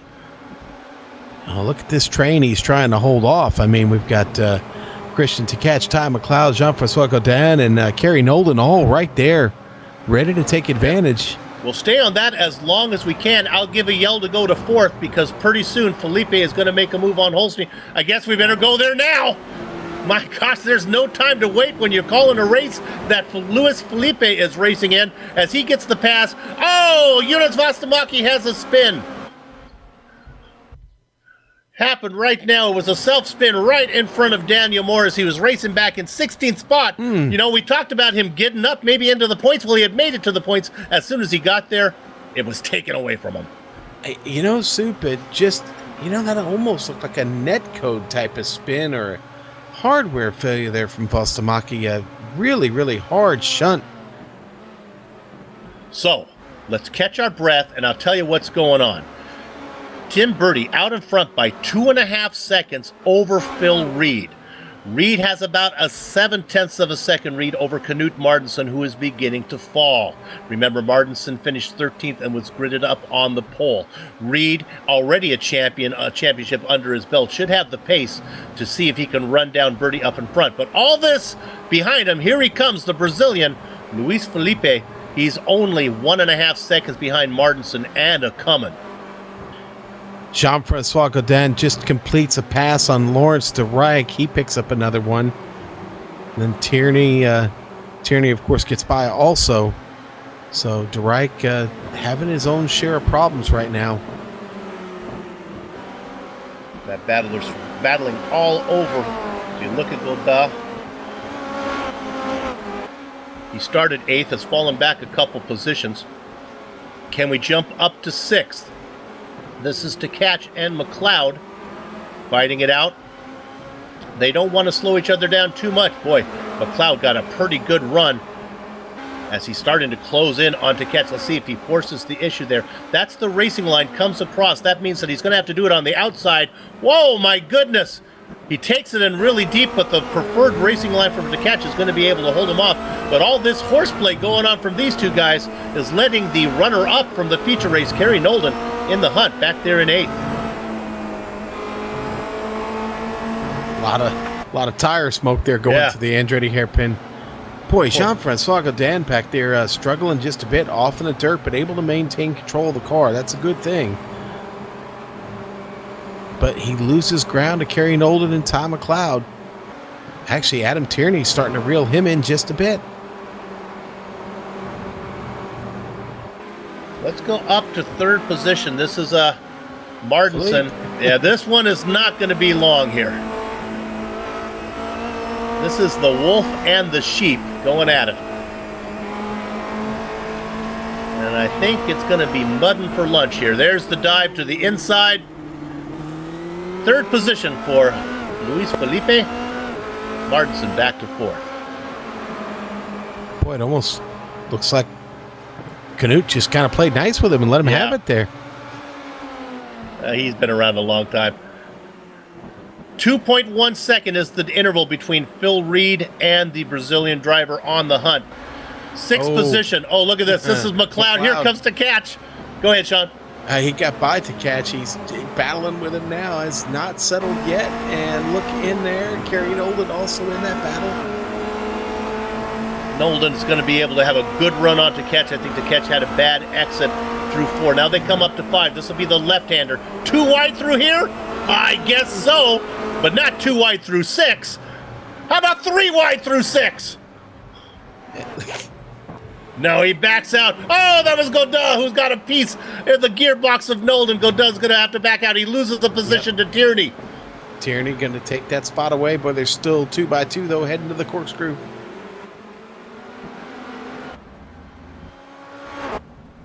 Hoyer has had a crash, and now de Rijk. Oh, my goodness. We've got to get this one on replay. De Rijk gets Steven Larkamp. Yep.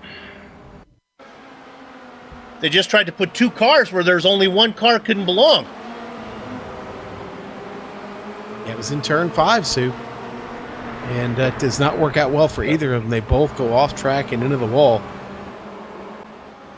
All right, let's look. Oh, my goodness. Reed was only just a second ago.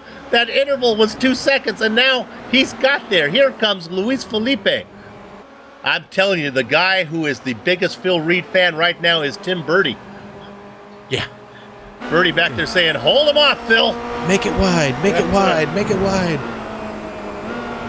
Let's stay on this a minute. We'll see how this Brazilian races. He's got 15 minutes to make up a gap of about 4 seconds. Ooh, if I'm Tim Birdie, I've got to be a little worried right now. Phil Reed, now they work through the corkscrew. Stay with us because I got a hunch it's all going to happen out of 11. Watch Felipe. He's going to stay back there. It's the right-hander of 10.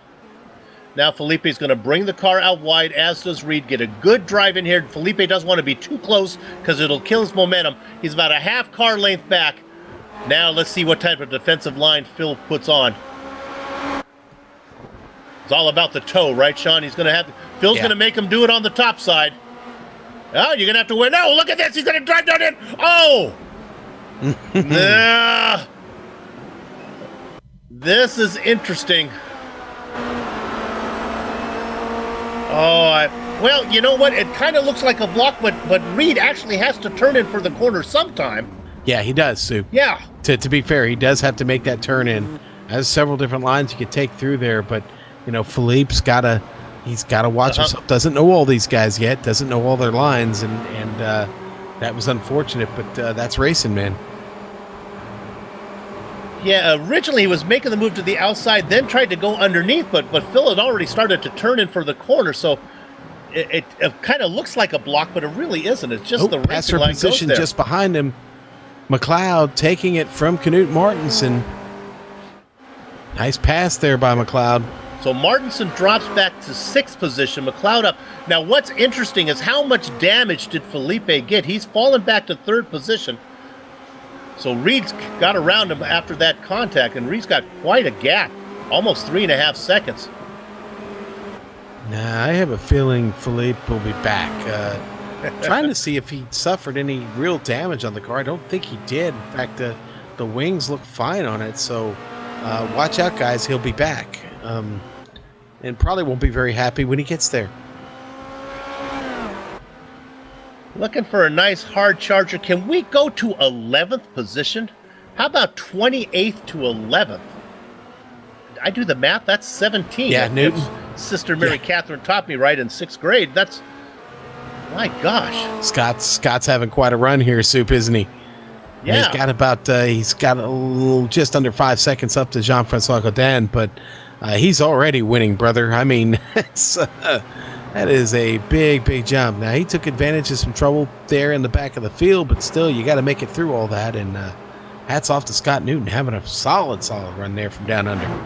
Looking at this battle, this is Tierney in 8th.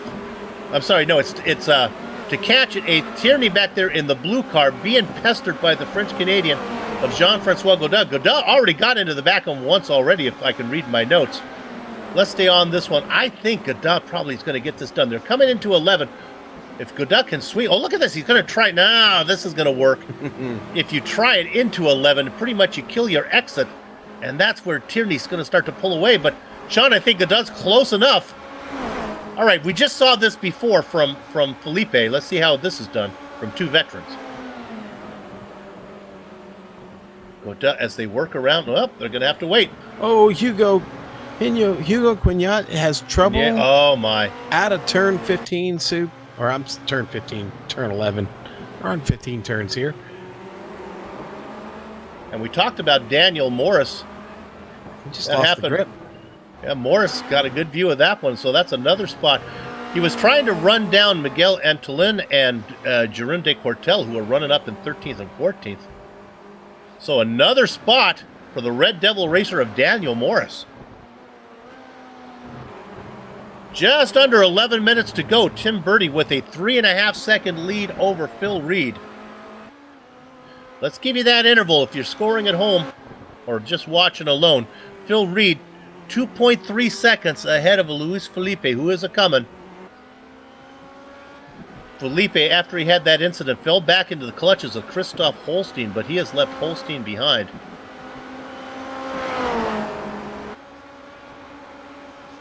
Holstein racing in 4th, looking for a pretty good points day. Things have settled down a little bit. Oh, let's go to Martinson. Martinson just had an off. He was able to gather it up, and that's another spot for Kerry Nolden.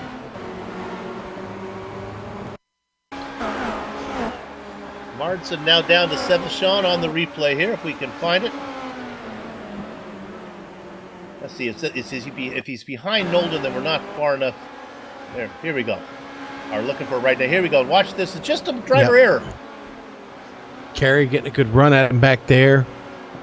And just going to go too far off track. That allows him to get around there, just taking advantage. And now let's go to 7th. No rest for the weary as Martinson now is under attack from to catch. Christian actually been kind of quiet in this one, Soup, but there are a couple of positions to be gained there if he can get at it. Oh man, look at Canute Martinson all over the wing there. Kerry Nolden trying to manage through turn 11 here. That'll cost him. Oh, Tkach going to get it. Got in and got under. So Martinson, who started on the pole, looked him falling back. Yeah, look at Tkach. Tkach looking in here on Nolden. Actually, he scared Nolden. Nolden could not go down to the apex because he thought maybe that Tkach has put the nose in there. Now they are side by side as they work through 3, heading to 4. Don't chop them off. A little rhinoplasty being performed by Kerry Nolden there. Tkach able to keep going. Nolden goes wide. Here comes Tkach back. They're going to go 2 wide through 5 again. No, Nolden backs out. Well, no, it's going to be 2 wide, but it's going to be with a different partner of Martinson in there. Martinson right on the gearbox of Nolden. They work through 6. Careful, boys. Tierney now in the mix as well. They head up the hill towards the corkscrew. Tkach moves up into 6th. Nolden in 7th. Martinson under attack now from Godin. Not missing anything up front as Reed has been able to mine the gap on Felipe. We'll come to that when it gets a little closer. This is where the action is.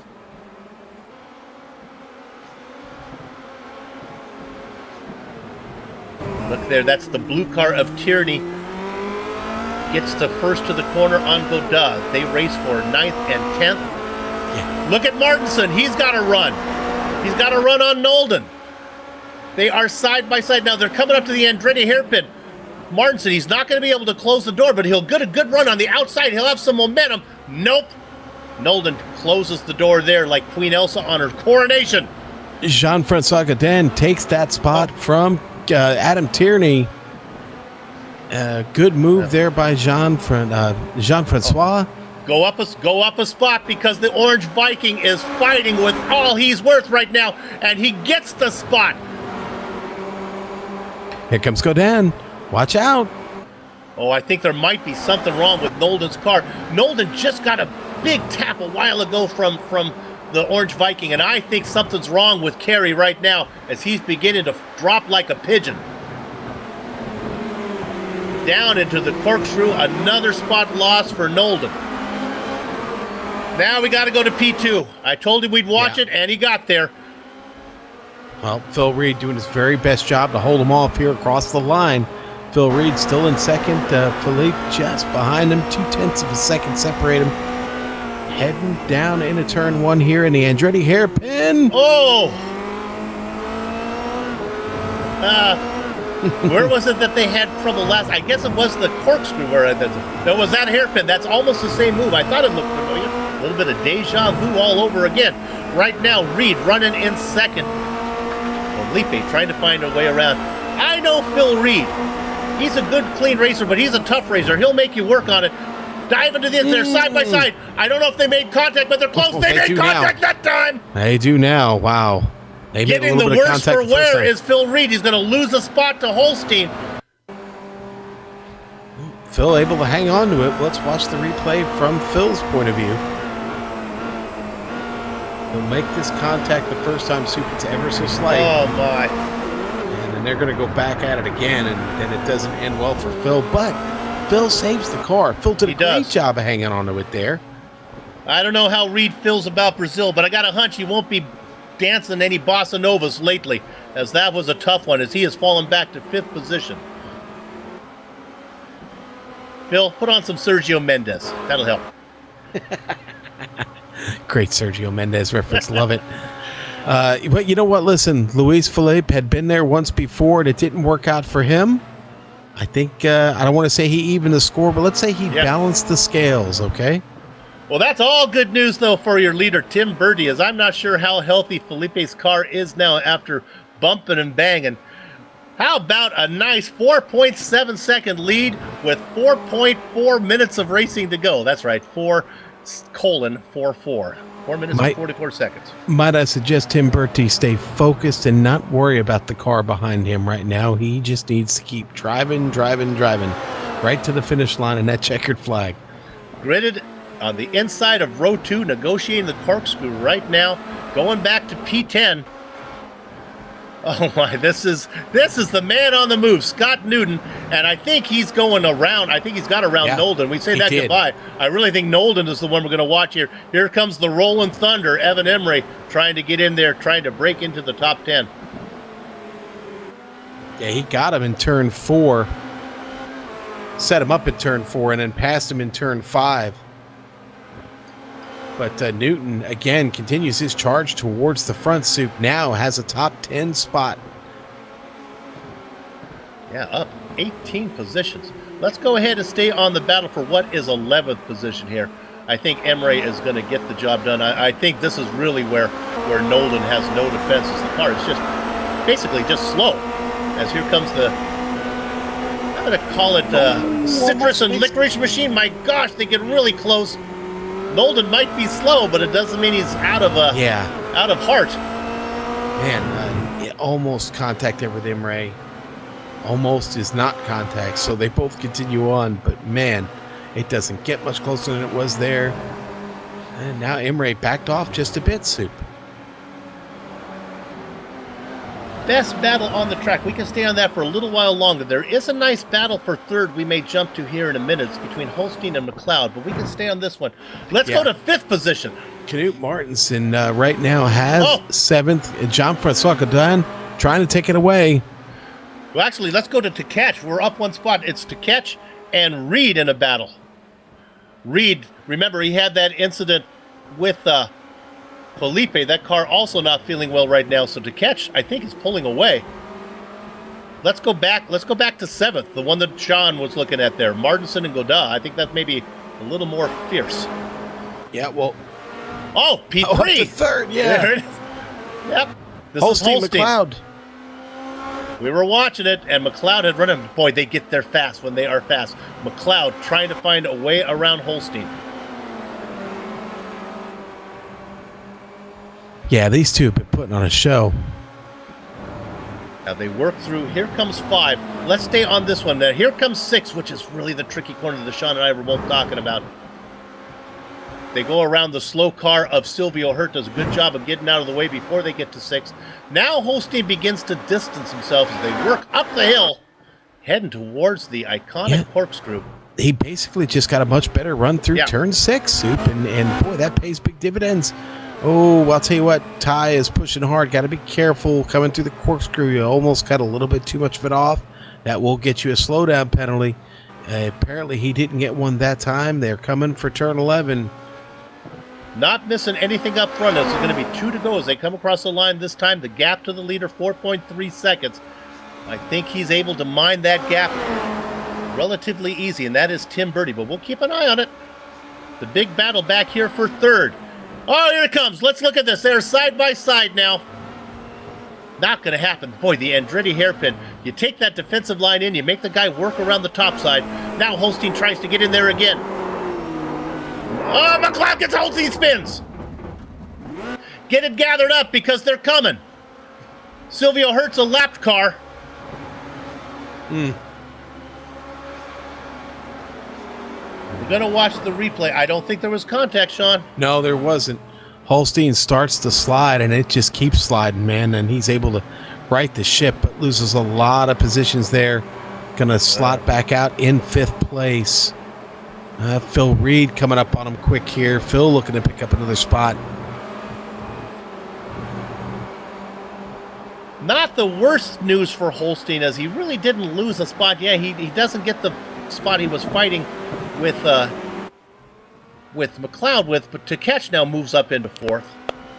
Okay, this is the white flag. Tim Birdie taking it. Luis Felipe still chasing Soup, 3.7 seconds.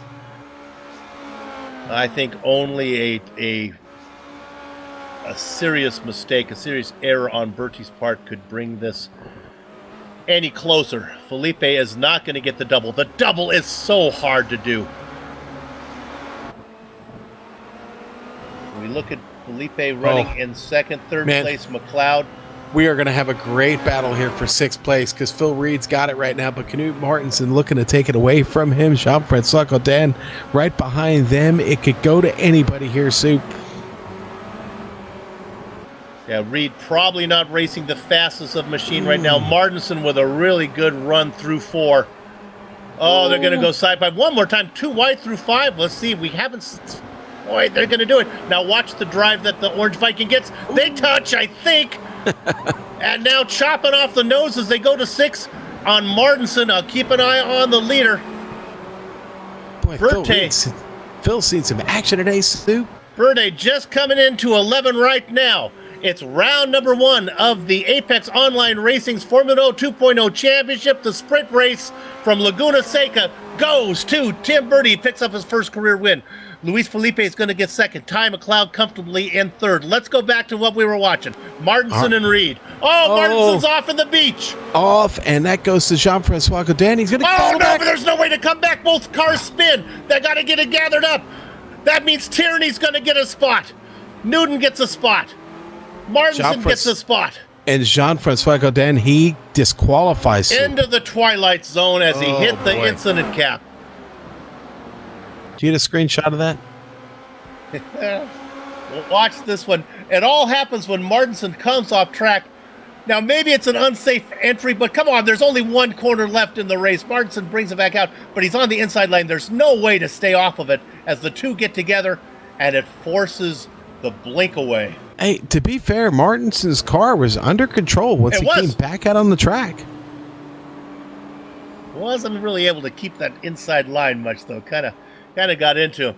My gosh, what an exciting event as 19 cars finish on the lead lap. The last one being Stefan Larkham back there in 19th. But what we're going to do right now, you know what we're going to do. We're going to take a short break. But you've also been watching us long enough to know that we'll be back in not very long to run down the entire finishing order, talk to some of the drivers, and then put a lock on the gate. Back in a few.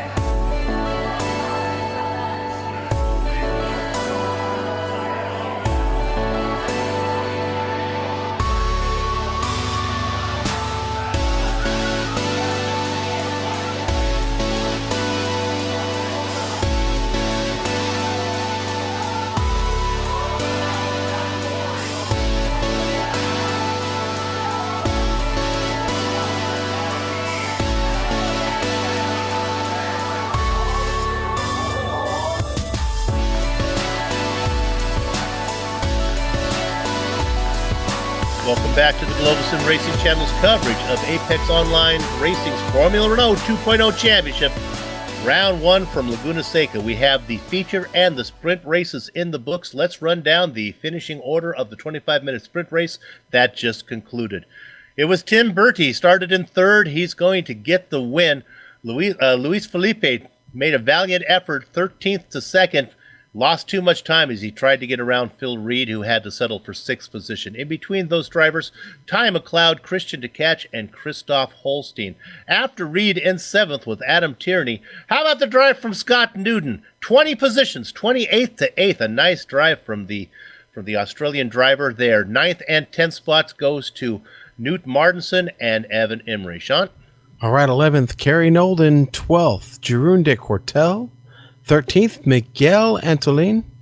Hugo Quignal will finish 14th. 15th, Casper Thron. Alexander Waldo, 16th place. Sarah Dove, 17th. 18th, going to go to Stephen Larkamp. And 19th, Jean-Francois Godin with that disqualification. Silvio Hurt will finish 20th. And then the last 8 drivers, Daniel Morris, Lee Robinson, Lawrence Sudden Strike to Reich, Manuel Hoyer, Jonas Vasta Maki, the newcomer Harrison Finch, Alexander Mariloso, and Dylan Shepard back there in 28th. All right, let's see if we have anybody in the interview booth. How about we talk to, who do you want, Sean?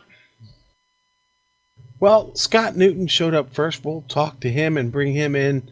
Scott, I know you would have probably hoped for a little bit better in that feature race, but not a bad result here in the sprint. Brother, you came all the way from the back of the pack to finish 8th.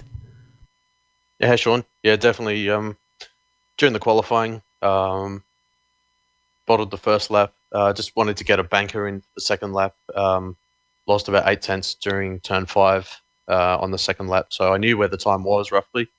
And then the third lap, I was trying to push that little bit extra, and just went wide at that little kink. I think turn 6 it is under the bridge, and killed my qualifying. So I ended up starting 24th, and lap 5. Turn 5, lap 1. There was a car that was turned around in front of me. I could have avoided it probably, but I was just going a little bit too fast, and that kind of ended my race from there. So started 28th in the sprint, and just fought my way through the traffic. Just saw that there was a lot of attrition in front, and luckily I managed to get a 2-for-1 special at turn 5. So both high and lows at that particular corner in the races today. Well, and definitely you want to end on a high, and I think with all the work you put in there, I think seriously you've got to be pretty happy with an 8th place result here in this sprint race. Yeah, definitely. As I see that there was a cone stuck in the wing. Yes. Yeah, definitely. With the net code is the net code is very real around here, especially in another league that I happen to participate in that cost me a race win. So, but definitely with the performance today, definitely stoked to get up 20 positions. Unfortunately, I couldn't capitalize it in the feature. With Pete back next week, he's at SimRacing Expo this week. Definitely looking to push forward in the team championship and also in the overall standings. Well, Scott, we certainly know with where you're located that this is an early start for you on a Saturday morning. Time to get off for some breakfast, I guess? It's currently 5:20 in the morning. So, a bit of breakfast, and then I got some practice in the HPD at Kota in a couple of hours. So, getting a bit of R&R before that.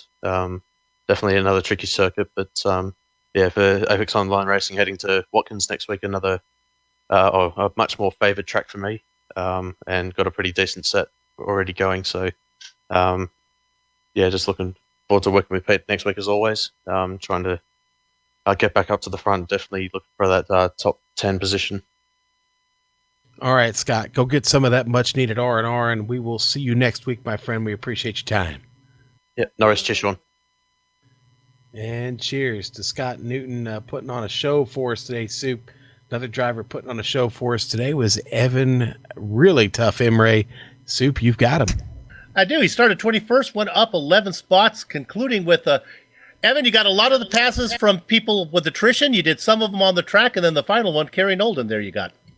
Yeah, I think Kerry had a bit of damage. Yeah. So a few laps to go, I got him. And then there was a bit of a mess at the last corner, and I picked up a position there. So good recovery in the sprint race, considering I binned it in the feature race. Yeah, the feature race did not go quite as well for you as you would have hoped. I want to ask you about just how the car feels early on. I'm excited about the tire warmers that iRacing has brought in. I think it's going to be great for this league. Did it feel good early on with those warmer rubber on the car?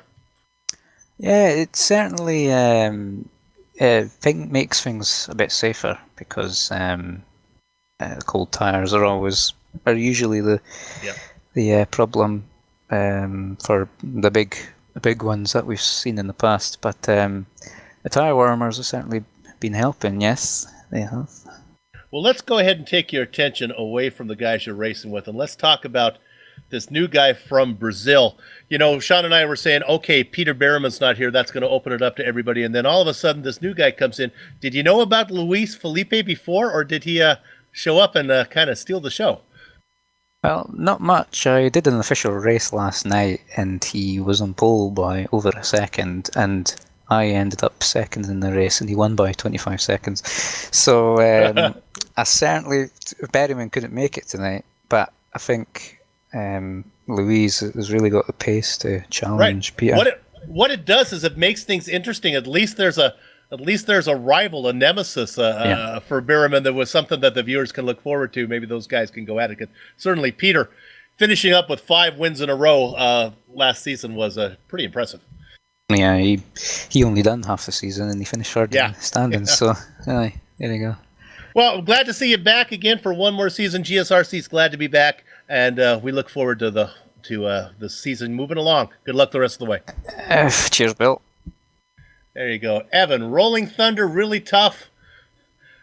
We'll get some more definitions for those. I've got the yellow legal pad out. I'm working on it, Soup. Okay. Well, that's going to do it for us here at the Global Sim Racing Channel. Before we get into the scripted part here, I'd just like to say how happy we are to be back and covering the Apex Online Racing. These guys put on a great show.